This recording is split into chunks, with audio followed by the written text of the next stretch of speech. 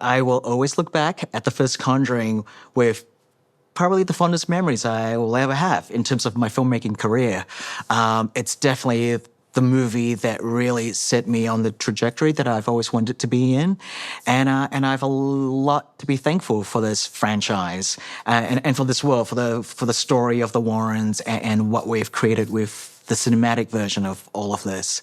So here we are, finally.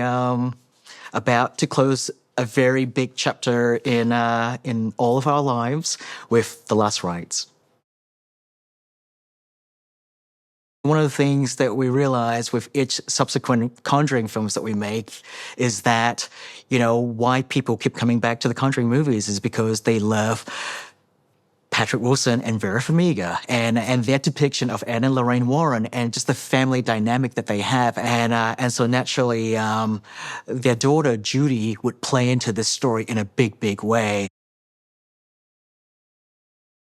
Part of the challenge for us is trying to come up with new things, new scares that we haven't quite seen before. And Shav's definitely, really spent a lot of time thinking about that. He's familiar with Patrick and Vera, and he's familiar with the characters in that world. And so I think, he's coming into this movie with a lot more confidence, and he's designing some set pieces that I felt very good about. And it's exciting to see Shav's kind of grow with each subsequent films that he has made.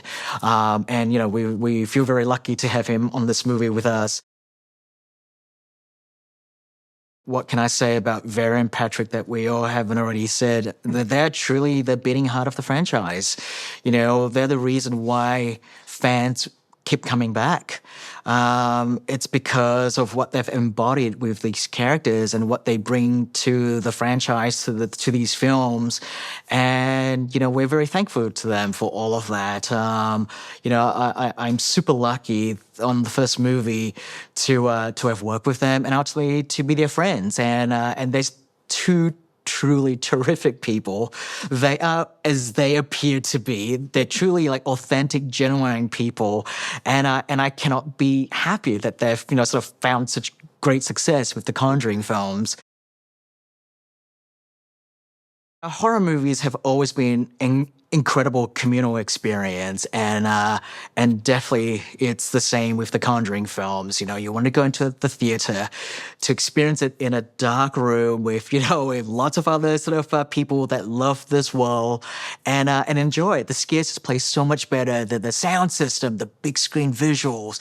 We really made this for the big screen, and we want people to be able to see this on the biggest screen they can and experience this. This final moment. And so I think they'll be doing themselves a disservice if they don't see this on the biggest screen with the best sound system, because we really want to go out with a bang.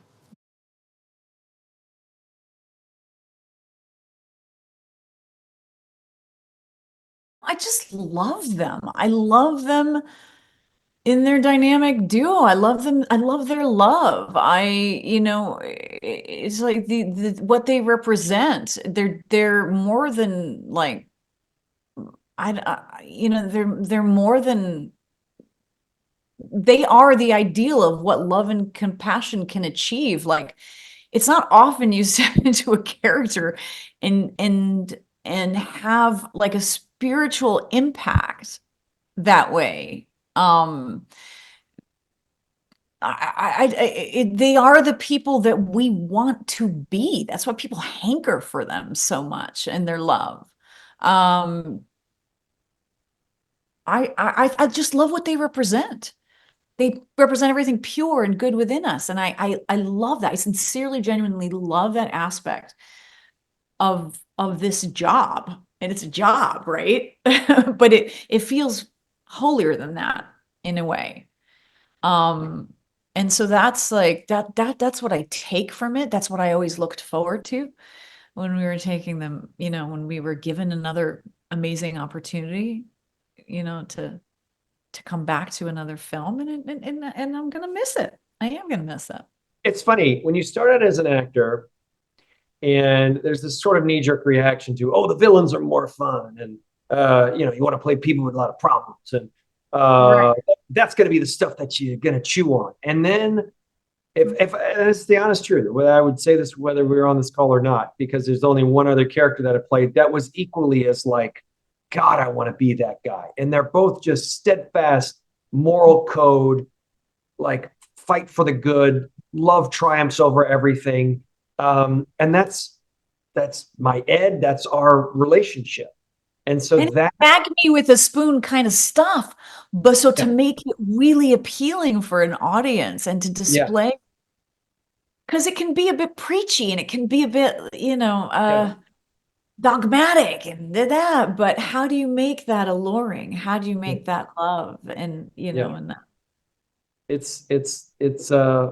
It's funny. I love seeing like the response on social media. We've seen it for years now, but it's like relationship goals, and Lorraine, and I love that. And I love that. And listen, we're great friends, feel like brother and sister, and we're both in great marriages. And it's like, it is great to aspire to that. And sometimes, we go to movies for escape, but sometimes we want a reflection, and we want what is something we aspire to, and that we understand that mantle. We carry that mantle with pride because you don't get to do that in a lot of movies. So to get to do that in this horror franchise, Right. is So odd.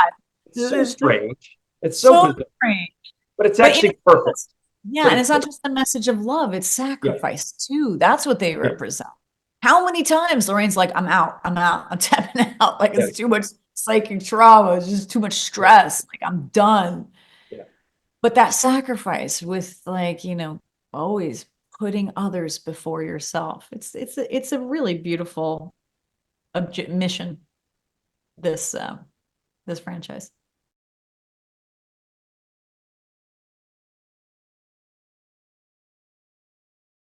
It's just a thrill of it, right? It's a thrill of like creeping up on the edge of danger, right? So we saw in the first film from the very beginning audiences, it terrified people, but it got outside the genre because people felt for these people. They felt for characters. So demographics that don't typically enjoy horror movies responded to this because of the vision that James and they had set out to do on the first film of if we don't care about these people, who cares how scary the movie is? Like the scare has to become because we see someone we love in peril, right? So they dug into that, and this franchise, I think, above all others, has really leaned into that, and we're the recipients of that because we're the love. So as dark as the movie's got, then we're going to show the other side, because all you got is love and fear anyway in the world, right? So degrees of that. So we capitalize on those. And I think that's why. So that's a massive answer to say, why do people respond? But because there literally is something for, I hate to say something for everyone, but you see how wide of a swath that the movie spans, because you can get the people that just love the scares, and you can get people like, oh my God, I want this relationship movie. Like you get that if you can stomach the scares.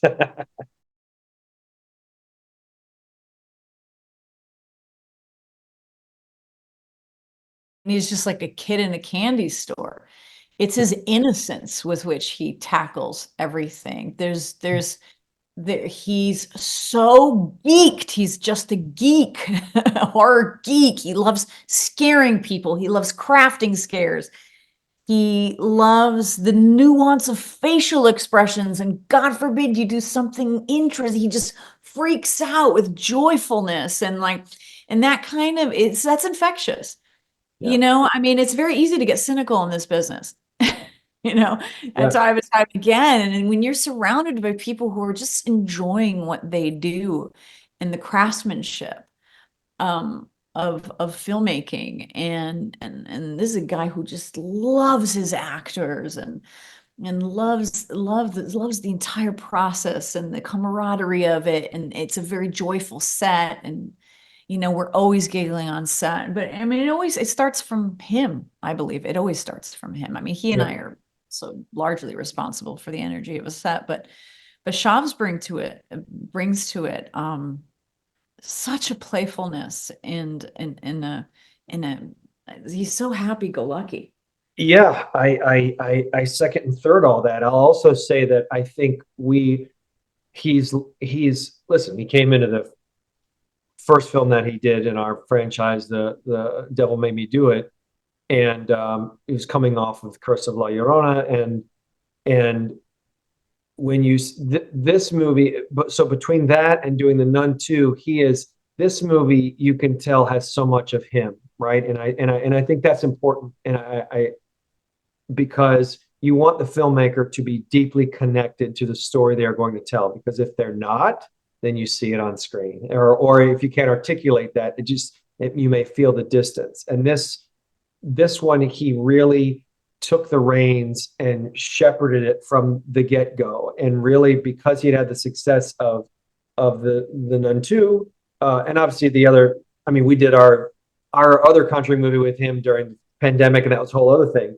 But he really, this one, and that was a departure for the series, just in terms of structure. But this one is really back to, this was his way to really honor the first and the second film, and really bookend it and give the emotional resonance that the first two Conjuring movies had. So I think we got him at a place too where he was like, this is the story that I want to tell. So all that geeky energy that Vera's talking about, it's really true, matched with a skill set that he's been able to hone in the past several years. So we're getting him at this a peak of his technical prowess. So he's got both the heart and the energy, but the skill set to map it out, and The wisdom and the confidence now too. Yeah, and that's what I'm saying. Really interesting shots to meet this go around. Yeah, no, I agree. He was still getting over the fact that he was chosen to direct the third That's one. right. Yeah, Whereas that's now right. he claimed that. That's what I mean. He took it, and you want that. We as actors want that. Even we as filmmakers, have been on the other side of that. But you want that. You want your director to go, no, this is what I see. This is the bit, and then you're like, okay, let's go. Yes, for sure.